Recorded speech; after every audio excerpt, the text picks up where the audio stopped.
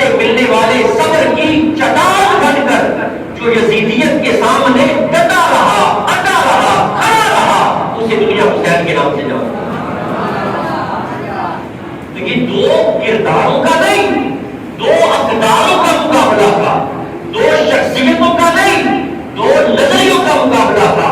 یہ وہی مقابلہ چلا آ رہا تھا جو فرعون و موسیٰ میں ہوا، یہ وہی مقابلہ چلا آ رہا تھا جو نمرود و ابراہیم میں ہوا، یہ وہی مقابلہ چلا آ رہا تھا کہ فرعون ساری دنیا کی طاقت ہونے کے باوجود مالک کائنات نے اسے غرق کر دیا اور موسیٰ علیہ السلام کو عبد الآباد تک امر کر دیا۔ نمرود کو بڑی طاقت کے باوجود، بڑی آگ کے باوجود، بڑی ہیبت اور جلالت کے باوجود اس دنیا میں نیست و نابود کر دیا۔ ابراہیم علیہ السلام کو دنیا کے لیے مینارہ نور کر دیا۔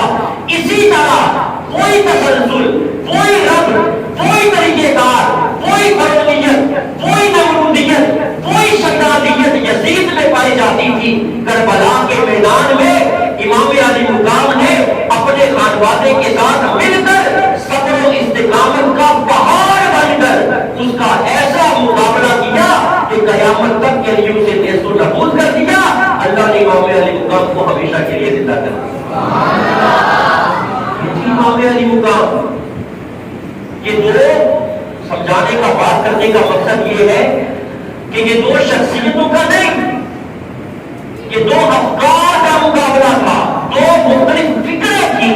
ایک فکر حق کی بات کرتی تھی، دوسری فکر باطل کا ساتھ کی بات کرتی تھی۔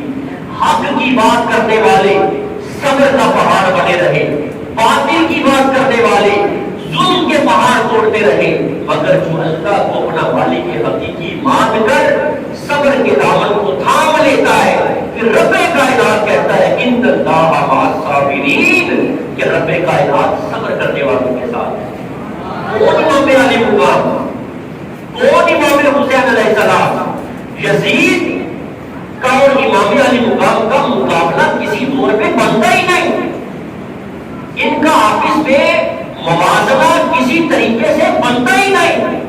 یزید جو ساری زندگی اوباشوں کے ساتھ پرورش پاتا رہا، جو گلی محلے کے آوارہ لوگوں کے ساتھ پھرتا رہا، امام حسین علیہ السلام کے گھر کا تو دروازہ بھی مسجد نبوی میں کھلتا تھا۔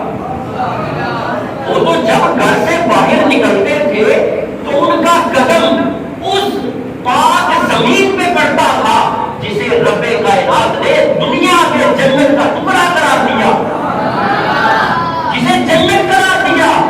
امام علی مقام کا جب قدم مسجد نبوی میں پڑتا تھا، وہ جب بھی قدم گھر سے باہر نکالتے تو جنت میں قدم رکھتے تھے۔ مالک کائنات نے ہر قسم کے فسق و فجور سے، ہر قسم کی بددیانتی سے، ہر قسم کی بد اخلاقی سے، ہر قسم کی برائی سے، ہر قسم کی کجی سے اللہ نے اپنے اس پیارے محبوب کے دروازے کو محفوظ رکھا۔ اور ان کا مرتبہ کوئی کیا جان سکتا ہے کہ جب پیدائش ہوئی، اللہ کے محبوب صلی اللہ علیہ وسلم تشریف لے جاتے ہیں، جا کے شہزادے کو اٹھاتے ہیں۔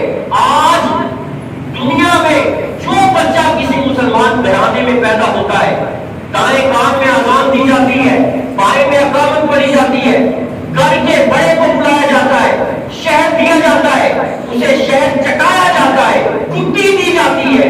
اس شہزادے کی عظمت کو کون سکتا ہے کہ جس کے دائیں کان میں اذان دینے والے امام الانبیاء ہے، جس کے دائیں کان میں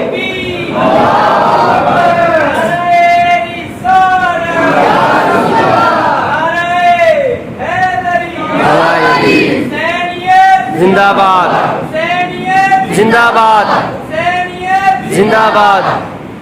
ان کی عظمت اور شان کو کون بھول سکتا ہے کہ جن کے دائیں کان میں اذان دینے والے امام الانبیاء ہیں اور جن کے بائیں کان میں اذان دینے والے امام الانبیاء ہیں۔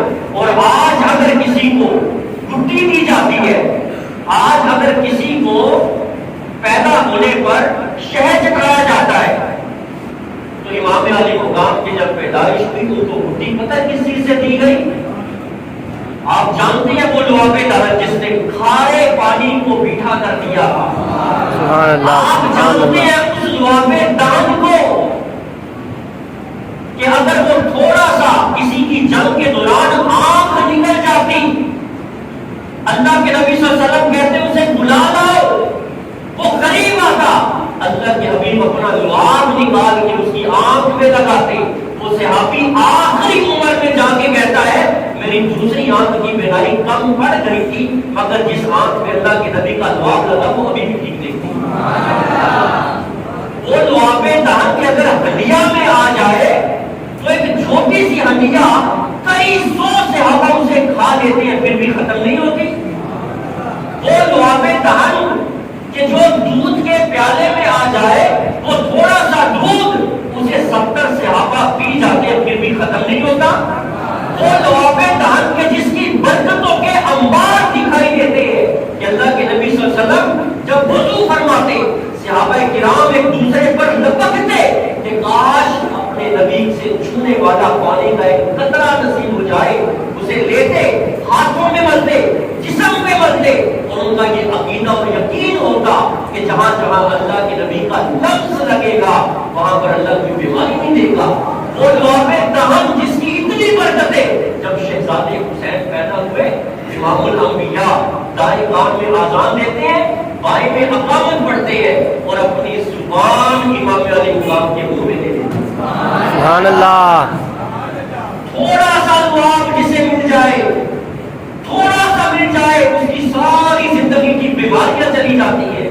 امام علیہ السلام کو گٹی امام الانبیاء نے اپنے ماں سے دی، کیونکہ پتا تھا ایک وقت آئے گا کربلا کے میدان میں جب ہر طرح سے پیاس سے ستایا جائے گا، پیاس سے تڑپایا جائے گا، مگر جس کو گٹی لعاب محمد سے نصیب ہوگی اسے پیاس نہیں کر سکتا۔